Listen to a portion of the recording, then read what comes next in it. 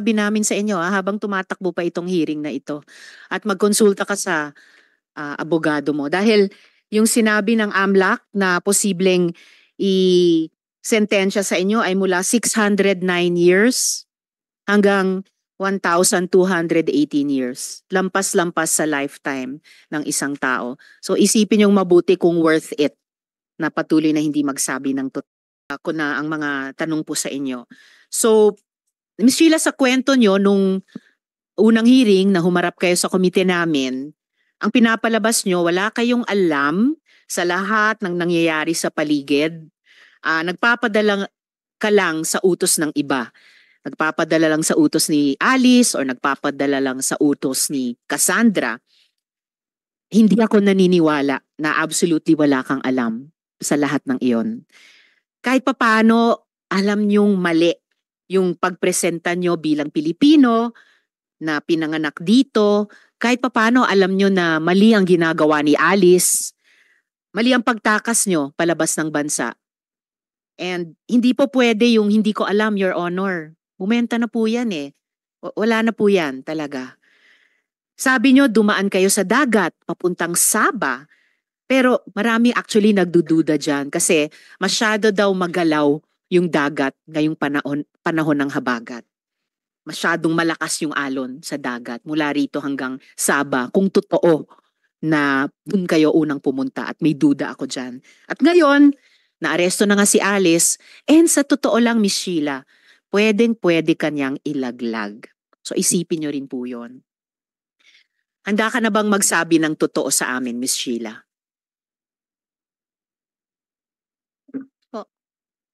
Opo. Handa kang magsabi ng totoo. Okay, dahil oo ang sagot mo, sagutin nyo ang aming mga tanong na panay totoo lang. Walang pagsisinungaling. So sa totoo lang, ang dami ng butas ng original na kwento mo sa amin. Dumating sa farm sa Bamban, tapos pagkatapos ng dinner, nagbiyahe sa van ng may 4 na oras hanggang hating gabi. Tapos sumakay ng small white boat ng 5 oras. Tapos lumipat ng big boat at nagbiyahe ng 4 hanggang 5 o 3 hanggang 5 araw. Tapos napadpad sa Siemben. Sa English ay Semporna. Yung Semporna na yan nasa Sabah, Malaysia. Kung talagang sa Semporna kayo pumunta. Ang hirap paniwalaan actually na 3 kayo, ni na Alice, bilyones ang pera ninyo, pinaghahanap ng buong bansang Pilipinas, i-expose nyo ang sarili nyo sa ganyang delikadong biyahe sa dagat. Kaya, bibigyan kita ulit ng pagkakataon magsabi ng totoo. Kino-confirm mo pa rin ba yung komplikadong rutang iyon na kwento mo sa amin nung unang hearing? Or sasabihin mo, aaminin mo na kwento-kwento lang yan? At sasabihin mo ba sa amin ano yung totoong paraan na lumabas kayo sa bansa? At huwag niyong kalimutan, Miss Sheila, itatanong na rin namin ito kay Alice sa Lunes. Opo. Totoo po. Totoo lahat ng kwento mo sa amin noon? Sabihin mo na dito sa amin dahil pwedeng-pwede ka talaga mahuli kung nagsisinungaling ka pa rin. Anong sinakyan niyo nung bumaba kayo mula sa van? Ano po? Galing sa Bamban, sumakay kayo ng van ng ilang oras hanggang hating gabi pagkatapos ng hapunan. Pagbaba niyo sa van, saan kayo sumakay? Sa isang pier.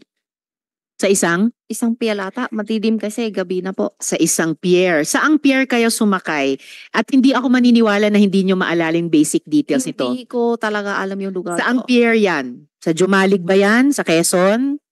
Sa Batangas ba? Sa Zambales tulad ng tinatanong ni Sen JV? Sa Palawan? Saan? Ang alam ko kasi pagpuntang dumaan kami sa Manitawag ng toll gate papunta Skyway. Dumaan kayo saan? Sa toll gate na Manitawag. Balintawak? Pagpuntang Skyway. Pagpuntang Skyway. Tapos? Diretso na yan. Hindi ko alam kung saan na yun. Yung So, na yan. Southbound? Siguro, Mula Tarlac, dumaan Hindi kayo ko sa sure. Bulacan. So, pa-south. So, papuntang Batangas, Southern Luzon. Hindi ko alam kung sao o saan. Basta alam ko, Akit Skyway. So, pero malamang, kung galing ng Tarlac, dumaan ng Bulacan, pababa. Hindi naman magto-trouble bumaba ng Bulacan, U-turn, pa-norte na naman. So, pa-south Hindi ko- kayo. Hindi ko alam. Hindi, alam na namin yon. Yung buong fishing, yung malaking fishing boat, sabi mo, 4 na araw ang biyahe nyo doon. Na mahirap paniwalaan sa panahong maalon ngayon. Oo. Tapos yung baba nyo, sabi mo, sa Chinese ay Siemben na. Do you still swear that under oath, Miss Sheila? Ano po? Nanunumpa ka pa rin ba na pagkatapos ng ilang araw ng biyahe sa dagat na sinasabi mo, sa Siemben na kayo bumaba? Pagdating, bago sa Siempen na, may isunto sa amin yung isang small na maliit ng ng pool. Mhm. Bago dating sa Siempen na. Okay, so pero na ini-insist nyo pa rin sa Siemben na kayo bumaba eventually. Sabi West, tanong kasi pagdating doon, tanong ko kay Wesley kung saan tayo. Mm. Sabi niya Siempen na. Okay. Maaari mo bang i-describe sa amin yung itsura ng Siemben na yan? Hindi ko masyado kasi beach yata yun. Beach, palang beach na may buhangin. Siyempre naman, beach. So may buhangin. Oo. Ano pa? Yun lang po kasi umaga na ata kami nating doon. Umaga. Wala So may naman. araw na. Ano pang nakita mong detalye ng wala- beach sa Siemben na? Walang may tao pero hindi ka May kaunting... Palang turista ata yung tao na yun. Naalala mo ba kung natatakan yung passport mo? Kwento mo nga kung natatakan yung passport mo doon sa Siemben na. Natatakan ba nung pagdating nyo kaagad doon? Hindi po. Hindi natatakan or natatakan pero hindi kaagad? Hindi siya paano ba? Hindi siya natatakan. Hindi siya natatakan. Okay. Diretso kami sa Malaysia na ba yun, Siempen na? Yung? Hindi ko pa alam eh. Ay, nako. Kasi Malaysia talaga yon. Pero eto, Miss Sheila, so sinabi mo hindi natatakan yung passport mo. Hindi mo naalala yung pinakita ko nung nakaraang hearing. Ito yung passport mo. May tatak o tatak kuno. Diyan sa Sabah. Hindi ko alam po kasi saan galing. Kasi ang alam ko yung babae ang bahala dyan. Yung babaeng bahala dyan. Pero ito, pinapakita ko sa inyo. Opo. Pinakita na namin ito nung nakaraang hearing. May tatak yung passport mo, entered Sabah. Alam ko. So may tatak. Opo. Ang problema, hindi nagmamatch ang stamp sa totoong dapat na stamp kung Sabah talaga ang baba ninyo. According to these stamps, July 18 or basa ng iba July 19 kayo pumasok sa Malaysia, pero via Kuala Lumpur. Kasi yung ganyang klaseng stamp daw ay itatatak lang sa passport kung galing ng KL. At July 19 ka lang pumasok sa Sabah. Ayon sa stamp na yan. Sa makatuwid, nauna ka dapat sa Kuala Lumpur kaysa sa Sabah. Pero ang kwento mo noon hanggang ngayon, mula Pilipinas, galing sa Sabah. Dumaan muna ba kayo sa Kuala Lumpur bago sa Sabah? Kuala Lumpur po. Miss Sheila naman, Malaysia din. Oh, Malaysia. Kasi pagdating kami sa Siempen na, may biyahe pa kami. Biyahe kami tapos dalating sa isang lugar, Malaysia na yan. Nakainan alaw kasi kami doon. Bago tayo dun sa mga pinuntahan nyo pagkatapos ng Sabah, kung talagang pumunta kayo sa Sabah, kasi pati dyan sa stamp na yan may duda eh. Sheila, sasabihin ko sa inyo yung napag-alaman namin galing sa mga kaibigan naming napagtanungan sa Sabah mismo kung saan kuno stinamp itong stamp sa passport nyo. Sila ay galing sa Democratic Action Party, sister party ng Akbayan Party sa Malaysia, at wala silang dahilan magsinungaling tulad ng duda namin sa sinasabi mo. Ayon sa kanila, wala kayong legal entry sa Sabah. Pati yung stamp sa passport na nag-i-indicate na dumating kayo sa Sabah, fake daw yung stamp na yan. Kinumpara nila sa totoong stamp na dapat tinatatak sa Sabah. Pero ang nakukumpirma nila, ito credible information na ng aming komite, subcommittee, tumating kayo sa Kuala Lumpur noong July 18. Kaya ang gusto kong malaman, paano kayo nakapasok, Sheila, sa Siemben na, kung totoo ito, At paano naman kayo dumating sa Kuala Lumpur? Yung tatag lang yung passport niya, hindi ko alam. Basta, pagdating kami sa Sempen na may biyahe kami sa isang lugar. Bago Ilang yon. days kaming, Bago yon, Miss Sheila. Bago yung pagkatapos ng hindi, Siemben na. wala. Bago ng Siemben na. Kung ayaw mo talagang sabihin na dumaan kayo sa Kuala Lumpur, Wala po. dumaan ba kayo sa Bali, Indonesia, bago itong Siemben na? Bago Yun na itong hindi ko po Sabah? alam. Basta yun na ang yung biyahe ko. Hindi mo rin alam kung dumaan kayo ng Bali, Indonesia. Wala, hindi kami Wala. natapos. O, ganito. Kasi panay kwentong barko ang pinag-uusapan natin. Sumakay ba kayo ng eroplano? Hindi po. Ever? Sa buong biyahe ninyo? Hindi po. Mula Pilipinas hanggang Malaysia, hanggang Wala Singapore, po. hanggang Singapore Indonesia. Singapore ang mayroong eroplano. Malaysia to Singapore. Malaysia to Singapore. O, buti na lang inamin mo na nag-eroplano kayo mula Malaysia, Singapore. Dahil imposible talagang hindi kayo sumakay ng eroplano. Opo. Kasi ang stamp ng passport mo, entry stamp to Kuala Lumpur via Kuala Lumpur International Airport. Naalala mo bang dumaan kayo sa isang Malaysian airport bago Meron. sa Sabah? Meron. Malaysian airport. Bago Siemben na. Wala po eh. Wala rin. Oo. Oh, pero itong verified information namin mula sa isang official na grupo sa Malaysia na yung tatak na entry stamp sa Kuala Lumpur galing sa Denpasar, Bali. Naalala mo, dumaan kayo sa airport sa Bali papuntang Kuala Lumpur International Airport? Wala po. Hindi rin. Ako, Miss Sheila, yung sa situational awareness nyo, dapat talasan ninyo para makapagsabi kayo ng kompleto at totoo sa amin. Okay, kasi po, ano? Siyempre na to isang Malaysia, hindi ko alam kung yung Sabah na sabi nyo o ano. Yung siyempre na mismo ay Sabah. Sabah? Di, pagdating yan sa Sabah na yan, may sakay kami aeroplano pupunta sa Malaysia, yung Kalumpo na sabi nyo. Yun ba yun? Kuala Lumpur. Yung palang Metro Manila sa Pilipinas. Baliktad. Ang Tapos, alam nung credible sources namin, nag-Kuala Lumpur muna kayo bago itong Siempen na o Sabah. Hindi po. Okay. So from Kuala Lumpur, paano kayo pumuntang Singapore? Aeroplano po. Aeroplano yon. So nag-airplane kayo ulit. In total, sa biyahe nyo mula Pilipinas hanggang nung nahuli kayo ni Cassandra Leong sa Indonesia, ilang beses kayo sumakay ng aeroplano? Sabah to dalawa? Dalawa. Sabah hanggang Singapore? Hindi. Or Malaysia hanggang Singapore? Sabah, Malaysia at Singapore dalawa beses po. So Sabah papunta sa ibang lugar sa Malaysia, tapos? Tapos Singapore. Tapos Malaysia to Singapore? Dalawa beses po. 2 beses nag-aeroplano. Kasama niyo pa ba si Alice papuntang Singapore mula sa Kuala Lumpur? Opo. Kasama niyo pa. So, eto pa isang gumugulo sa isip ko, Miss Sheila, ha? Ayon sa mga contacts namin sa Malaysia, kayo at si Wesley ay umalis sa Kuala Lumpur noong July 21, 2024. Bali malinaw na July 18 to July 21, nandun kayo sa Malaysia. Legally, gamit itong Philippine passport nyo. Pero si Alice ay dumating sa Kuala Lumpur, or at least dumating yung passport ni Alice sa Kuala Lumpur, pero wala siyang exit record. Di tulad nyo, alam namin kung paano umalis ng Malaysia papuntang Singapore. So, alam din namin na si Alice ginamit ang Philippine passport niya sa Batam, Indonesia, kung saan kayo nahuli ni Cassandra.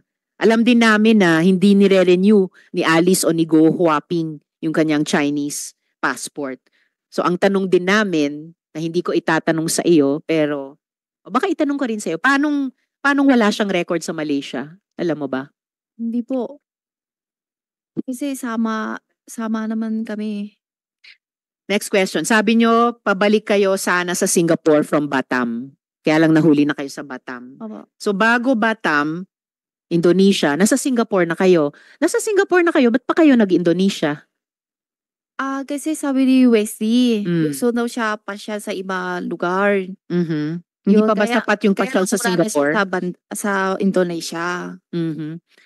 Sabi ni Sen Joel last time, ang gustong Madam Chair, pagpasyalan ni Wesley ay sa Singapore. yung sinabi mo last Okay, week, one related Sapat. question from Sen Joel. I just wanted to put on record, Madam Chair, I don't even need to ask questions because I will wait for my turn. It's just that last hearing, Madam Chair, Miss Sheila Go made mention about it. I distinctly remember it. I'm sure the committee secretariat would bail me out. Ang sabi mo, Sheila, ang sabi ni Wesley, bored siya doon sa pinanggalingan niyo, kaya kayo nagpuntang Singapore. Yun ang sinabi mo last Ms. Sheila, wag Yung niyong next na po. interruptin ang senador, no? And Sorry wait po, to be sorry po. acknowledged. Pwede mong sabihin ngayon na maaari kang nagkamali. Pero ang narinig namin lahat, kaya ka pupunta ng Singapore dahil bored si Ay, Wesley. sorry po, baka mali lang ako ninig talaga kasi So ano yung sa totoo? Indonesia kasi ang naalam ko yung tanong So niyo po. Sheila, again, na-bored sa Singapore, pumunta ng Indonesia. Kahit medyo naguguluhan kami doon. Hindi kasi Sa nakailan, Singapore ka na eh. so po, Tapos gusto mong mapunta sa Indonesia. kasi nakailan days na po kami sa Singapore. Okay, kaya na-bored. Hindi. Meron din po. Kasi So, hindi ka nakailan pa araw kami na-bored sa sa story Singapore mo, kasi ano? Sheila? hindi pwede kasi lampas sa isang buwan sa Singapore. Miss Sheila, nagugulat ako. Well, buti na rin, tulad ng naming mga Sorry po. Pilipino, bilang isang Asian din, nakakayanin nyo pang tumawa. Kahit sa prospect na 500 years na pagkabilanggo kung ma-convict kayo sa kahit isang count lamang ng money laundering, kahit sa low end na 7 years. Sana seryosohin nyo po itong hearing na ito dahil Opo. hindi lang ang Senado, hindi lang ang House, Opo. nag-e-effort mag-imbestiga, Opo. pati yung mga executive at constitutional body, sobrang interesado sa mga kaso ninyo. At dapat Opo. sa maikling panahon na lamang ng aming investigasyon at yung maikling panahon na lamang posible ng executive at ng constitutional bodies ng Pilipinas, pag-isipan yung mabuti, humingi kayo ng payo sa abogado nyo, pag-isipan yung mabuti, mag-cooperate seriously sa investigasyong ito. Kung gusto nyong medyo mabawasan yung pasakit, no, na maaring saluhin ninyo dahil sa consequences ng inyong mga iniimbestiga naming ginawa ninyo. Miss Sheila, nung tumakas kayo sa Pilipinas kasama ni na Alice, hindi nyo ba alam na may arrest order na para kay Alice Go? Hindi nyo ba alam na may subpoena ang Senado sa inyo? Yung mic nyo? Hindi po. Hindi nyo alam. Kailan ang huling beses na nag-usap kayo ni Alice? Ano po? Kailan kayo huling nag-usap ni Alice? Kailan? Sa Pilipinas po? Kahit saan. Kailan kayo kailan at saan kayo huling nag-usap ni Alice? Yun sa Indonesia po. 19 o 20 yung hiwalay po kami. 19 or 20 July. Si Wesley, kailan kayo huling at saan huling nag-usap ni Wesley? Parehas din po. Pareho. Sabi nyo sa amin noon, nakatira kayo sa Bulacan. Opo. Kailan kayo dumating dun sa Bamban? July 1st week, yung last. First week, July. Nung sinabi ni Alice na aalis kayo, di ba kayo nagtanong saan kayo pupunta at sinong kasama nyo? Hindi po. Sabi na 3 daw lang po kami. Sinong 3? Ako, Wesley, tsaka si Alice po. Okay. Hindi mo ba naisip na may connection yung pag-alis ninyo dun sa paghanap sa inyo ng mga otoridad? Sabi nyo nga sa amin nung unang hearing, ikaw ay maraming travels, ikaw ang laging travel companion ni Alice kapag nalulungkot siya or basta gusto niyang bumiyahe. Siguro alam nyo naman na di karaniwang proseso yung dinadaanan nyo paglipat-lipat sa iba't ibang bansa. Hindi yon basta labas-masok lang, no? Alam nyong mali o iba sa ginagawa ninyo. Hindi ko po, hindi po. Hindi ka ba nagtataka na parang basta labas-masok na lang kayo sa iba't ibang mga bansa? Una, ganun kadali lang kayo nakaalis sa Pilipinas kahit pinaghahanap kayo ng otoridad. Tapos, papasok kayo sa ibang bansa, lalabas sa ibang bansa, ang dali-dali lang. Hindi ka ba nagtaka? I'm sure, yung mga dating biyahe nyo, dumaan kayo sa tamang proseso. O kahit ba sa mga dating biyahe, labas-masok lang sa parang ordinaryong pinto ng bahay. Hindi po, kasi tama, labas po. Di mo ba naisip na parang ang weird Walang kahirap-hirap, ang dali-dali lang umalis sa Pilipinas kahit pinaghahanap kayo ng mga otoridad? Hindi ko po alam, inahalap po eh. Okay, ngayon, humihingi kami ng dagdag na impormasyon sa iyo, Sheila. Po. Sino-sino ang mga tumulong sa inyo makarating mula dito sa Pilipinas hanggang sa Batam, Indonesia? Sa totoo lang At po, meron ba kayong naalalang police escort?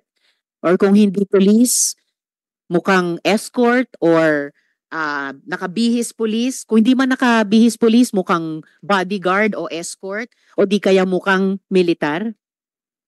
sa totoo lang po, hindi ko po alam. Wala ba kayong napansing kasama ninyo mula dito sa Pilipinas hanggang Indonesia kung saan kayo nahuli ni Cassandra na may ibang kasuotan na mukhang uniforme or mukhang security, mukhang bodyguard na nag-escort Wala sa po. inyo? Wala po. Nakarating ka na ba sa Sual, Pangasinan? Hindi pa po. Di pa. Pero sabi mo nung nakaraang hearing, alam mo na hindi Pangasinan yung isang pinuntahan nyo. So, alam mo yung Pangasinan. Alam po. Saan ka na nakarating sa Pangasinan? Hindi ko alam kung sa Dagupan nata o Dagupan. parang Lagupan ng ano niya. May iba pa bang bayan ng Pangasinan kayo napuntahan na?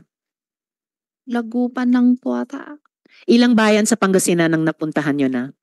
Yun lang ang punta. Tsaka yung farm namin doon, hindi ko alam anong lugar po. Saan yung farm nyo sa Pangasinan? Hindi ko alam anong lugar. Basta alam ko lang Pangasinan. Sa Sual ba yung farm nyo sa Pangasinan? Parang hindi po ito pangalan. Hindi. Baka malaman natin in the next, may 2 slides akong ipapakita. Sheila, anong alam nyo sa Alicel Aqua Farm? Wala po. Okay. May ipapakita ako. DTI record ng Alicel Aqua Farm. Ikaw ang nakaregister dito na owner. Sheila, paalala under oath pa rin kayo. Sa iyo ba itong Alicel Aqua Farm? Hindi ko po alam. Miss Sheila, ito po ay dokumento ng Department of Trade and Industry certifying na ang Alicel Aqua Farm sa Barangay Baciden sa Sual, Pangasinan ay nakaregister. Nakaregister sa inyo, issued sa inyo ang certificate, Sheila Leal Guo. Nakikita ko yung paan nyo, medyo ninenervyos kayo. Magre-relax po kayo kung magsabi kayo ng totoo sa amin. May alam ba kayo dito sa Alicel Aqua Hindi ko po Farm? talaga alam po. Paano hindi nyo alam to pero kayong nakarehistro dito sa issue ng DTI na Certificate of Business Name Registration? Baka ginamit ng yung ang pangalan ko po. Ginamit ang pangalan mo? Naku po, posible bang lumalabas talaga dito sa dokumentong ito? Pamilyar kayo sa Pangasinan kasi may business kayo dito ayon sa DTI mismo. O kaya ginamit yung pangalan ko na pang business lang po. Na hindi ko alam. So alam nyo itong business na ito? Itong Alicel Aqua Farm? Hindi ko po alam. Pero alam nyo na ginamit yung pangalan nyo sa business na ito? Siguro. Siguro. Siguro or alam nyo na ginamit ang pangalan nyo sa Siguro. business na ito? Siguro kasi hindi ko... Siguro. Ay, nako. Kilala nyo ba si Mayor Dong Kalugay? Si Mayor Dong kilala po. Kilala nyo. Paano nyo siya nakilala? Kinain kami sa isang restaurant. Nagkita kayo sa isang restaurant. Kailan yon? Hindi ko matandaan kasi ilang taon na po eh. Ilang taon na? Ilang taon na mula nung nagkita kayo sa restaurant? Before pandemic ata. Before pandemic. So bandang 2019. Siguro. Mga 5 years ago. Siguro po. Anong okasyon bakit kayo nagkita sa restaurant nung bandang 2019? Sumama lang ako kay Alice po. Sumama kay Alice. So, si Alice ang may kilala kay Mayor Kalugay. Opo. Then, pinakilala kayo ni Alice kay Mayor Kalugay. Opo. Okay.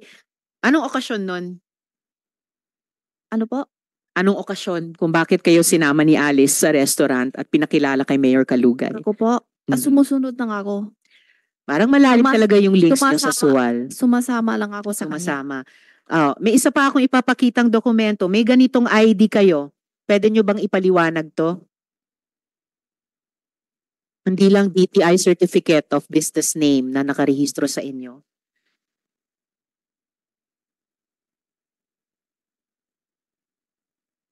Sure. Okay, naghang lang pero may ipapakita akong ID ninyo sa Suwal. ID issued to Sheila Lialgo. Habang iniintay natin yon, sa pagkakaalam mo ba, dahil ayan, ito yung ID nyo, Municipality of Suwal, Account Insurance Membership, Sheila Lialgo. Pwede nyo bang i-explain yung ID nyo yan? Sorry po kasi hindi ko po alam. Hindi nyo alam. Hindi May ko po ID po may- in-issue sa inyo, sa pangalan nyo at photo ninyo ang nakalagay. Opo, Ano? pangalan ko, Aha. picture ko pero hindi ko po alam na may ganyan po ako ID. Oh wow. Okay, hindi nyo alam na may ID kayo. Siguro kahit elementary school student, hindi lang dito sa Pilipinas, sa ibang bansa, alam kapag may ID, hindi talaga kapanipaniwala na hindi nyo alam yan. Sa pagkaalam nyo, Miss Sheila, dahil sinama kayo ni Alice sa restaurant noong bandang 2019, ipinakilala kayo ni Mayor Dong Kalugay. May relasyon ba sina Mayor Kalugay at si Alice? Hindi ko pa alam. Alam ko kaibigan po. Kaibigan. Magkasosyo din ba sila sa business? Hindi ko sure. Hindi nyo sure? Sige, hindi kayo sure. So ano sa palagay mo? Kung magkasosyo ba sila sa business? Ang alam ko, kaibigan po sila. Pero kung may business, sosyo, hindi ko alam po. Hindi nyo alam. Pero sabi nyo, hindi nyo sigurado. So anong sigurado nyo? Kaibigan po sila. Kaibigan. Saang restaurant kayo kumain kasama si Mayor Kalugay? Sa Pangasinan. Oo nga, sa Pangasinan, sa Suwal. Anong pangalan ng restaurant? Hindi ko alam kung ano saan lugar. Basta isang Filipino food na restaurant. Filipino food restaurant. Opo. Sa Suwal ba? Hindi ko sure. Or sa Dagupan ba na alam mo? O parang banda doon. Kasi Bandang basta Dagupan. ang alam ko, Dagupan nata ang narinig ko pero hindi ko sure kung yun ba yun. Dagupan pero hindi mo pa rin sure. Miss Sheila, binibigyan kita ng isa pang pagkakataon at this point in time ha. Ano pa ba yung totoong hindi nyo nasabi sa amin? Alalahanin nyo, you are under oath dito sa aming subcommittee at nandito rin ang AMLAC at ang iba pang government agencies na naghain na ng kaso laban sa inyo para sa money laundering. For starters, baka may iba dyan, nakakasuhan pa kayo ng iba. Ano pa yung pwede nyong sabihing totoo sa amin at sa kanila bilang tulong nyo sa investigasyong ito? Wala po. Kasi wala ko alam. Okay.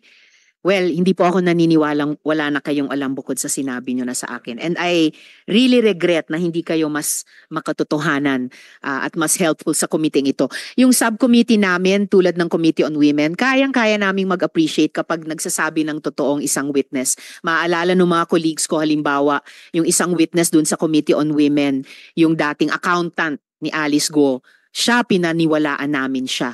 At nirelease namin siya sa detention dito sa Senado. Dahil sa hearing, yung pagkakataong ibinigay namin sa kanya na magsabi ng totoo, sinamantala niya yung pagkakataong iyon. And I bet appreciated din yun ng mga executive agencies na nakarinig sa kanya, si Miss Nancy Gamo. Unfortunately, Miss Sheila, hindi kayo katulad niya na makatotohanan. And well, yung kapalaran nyo ay nasa kamay nyo naman. Nasa kamay nyo lamang, wala sa kamay namin. So I advise you, isipin nyo hanggat matapos itong hearing ngayong araw, magkonsulta kayo sa abogado ninyo kung gusto nyong maging mas makatotohanan sa amin at mas helpful sa hearing na to at sa investigasyon ng executive. Okay, Ms. Sheila? Pag-isipan nyo mabuti yan. Mga tanong naman po. Madam Chair, yes, and Joel, one related question. Isa lang po, Madam Chair.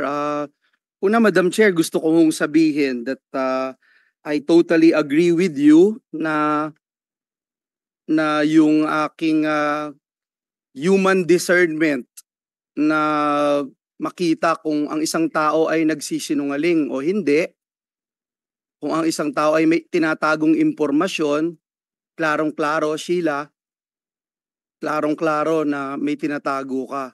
Gusto lang namin paalala sa'yo, yung 87 counts, isang kaso mo pa lang yon. Napakadami pa na susunod. Gusto ka naming tulungan kung magsasabi ka ng totoo. Gusto ka naming tulungan. Sana nakikita mo ko ngayon, as I look at you eye to eye, gusto ka naming tulungan kung magsasabi ka ng totoo. Hindi ka sa amin nagsasabi ng totoo. Bakit? Babanggitin ko sa iyo isa-isa ha. Mula noong nakaraang hearing, sinasabi mo wala ka laging alam. Di ko alam yan, di ko alam yan, di ko alam yan. Hindi ka nagtatanong, hindi mo alam saan ka pupunta, etc. Pero, pagdating mo doon sa Sabah, nagtanong ka na kay Wesley, nasaan na tayo? Okay? Nagtanong ka. Pero, Sheila, kami ba mapapaniwala mo? Mapapaniwala mo kami na 5 oras bumiyahe ka sa van, hindi ka nagtatanong? Sumakay ka sa small boat ng ilang oras ulit, 5 oras, hindi ka nagtatanong. Dun sa big boat na ilang araw kang nandun, hindi ka pa rin nagtatanong. Sumakay ka ulit ng small boat, hindi ka pa rin nagtatanong. Tapos sasabihin mo sa amin, pagdating mo dun sa Sabah, after so many days of traveling, dun ka palang magtatanong. Gusto mo maniwala kami sa'yo? Pangalawa, binanggit mo kanina doon sa Pangasinan, farm namin. Exact words mo, farm namin, Madam Chair. Yun ang sinabi mo, farm namin. Pero wala kang masabi kung anong farm. Yung pinakita sa iyo ni Madam Chair, sasabihin mo, wala ka lang alam. Bakit? Kasi yun ang most convenient na pwede mong sabihin, wala akong alam. Pero Sheila, 2019, Madam Chair, natatandaan niya yung Filipino food na kinain nila bago magkaroon ng pandemya, natatandaan niya lahat. Eh Sheila, may amnesia ka ba? Madam Chair, hindi ako naniniwala, Sheila, hindi mo kami po pwedeng bulahin na sasabihin mo wala ka talagang alam lahat. At lagi mo sasabihin si Alice ang nagdidesisyon sa'yo. Uulitin ko yung sinabi ni Madam Chair na kung pinapayagan mong gamitin ang iyong pangalan, kung sasabihin mo hindi mo alam pero involved ka sa mga criminal activities, madidiing kang husto. Ngayon, nasasabi mo, kilala mo si Mayor Kalugay. Pero noong last time na sinabi namin, meron ka bang kakilala mga politiko na tingin mo pwedeng tumulong sa inyo? Wala ang sagot mo, hindi mo alam. Pero ngayon may binanggit kang mayor. So isa lang ang itatanong ko, Sheila. Isa lang. Sino pa yung mga tumulong sa iyo na nasa gobyerno? Ito man ay staff ng isang ahensya ng pamahalaan, politiko man ito, mayor ba to, congressman o kung saan man, sino man, sabihin mo sa amin dahil hindi kami naniniwala sa istorya na binebenta mo sa amin, hindi namin bibilhin yung mga sinasabi mo at lalo kang madidiin at sisiguraduhin ko sa'yo, Sheila, pag hindi ka nagsabi ng katotohanan, sisiguraduhin namin sa'yo ng buong Senado na mapaparusahan kang husto. Mapaparusahan kang husto. So muli, tatanungin namin, sino yung kakilala mo? Kung hindi mo man kakilala, alam mong may tumutulong, alam mo na merong umaalalay sa inyo ni Alice para makalabas ng bansang Pilipinas. Sheila. Hindi ko po talaga alam. Ang lang kasi ang kakilala ko lang yung kaibigan po ni Alice na yung sabi niyo na maging police o kaya palang puliti, yun lang po si Mayor Dong. So, Mayor? Yun lang po. Mayor Dong Kalugay. O yun lang po ata. Sa police, sino ang mga kaibigan ni Mayor Alice? Hindi ko po alam. Mm-hmm. Madam Chair, I'm Yes, and Joel. just so disappointed, Madam Chair, na ayaw pa rin magsabi ng katotohanan ni Miss Alice, bagamat Miss Sheila, bagamat Hindi ko alam, Sheila, kung mahal mo pa yung sarili mo, magtira ka ng pagmamahal sa sarili mo. You owe it to yourself na magsabi ng katotohanan. Hindi ka makakalabas ng Pilipinas ng ganun lang. Kahit nakapatid mo pa si Alice Go. Hindi ka makakalabas ng ganun lang. Hindi ka wala sa mga otoridad sa Pilipinas ng ganun lang. Nasasabihin mong wala kang alam o walang tumutulong sa'yo. Hindi paniniwalaan yun, Alice. Salamat, Sen Joel. Salamat. So, Miss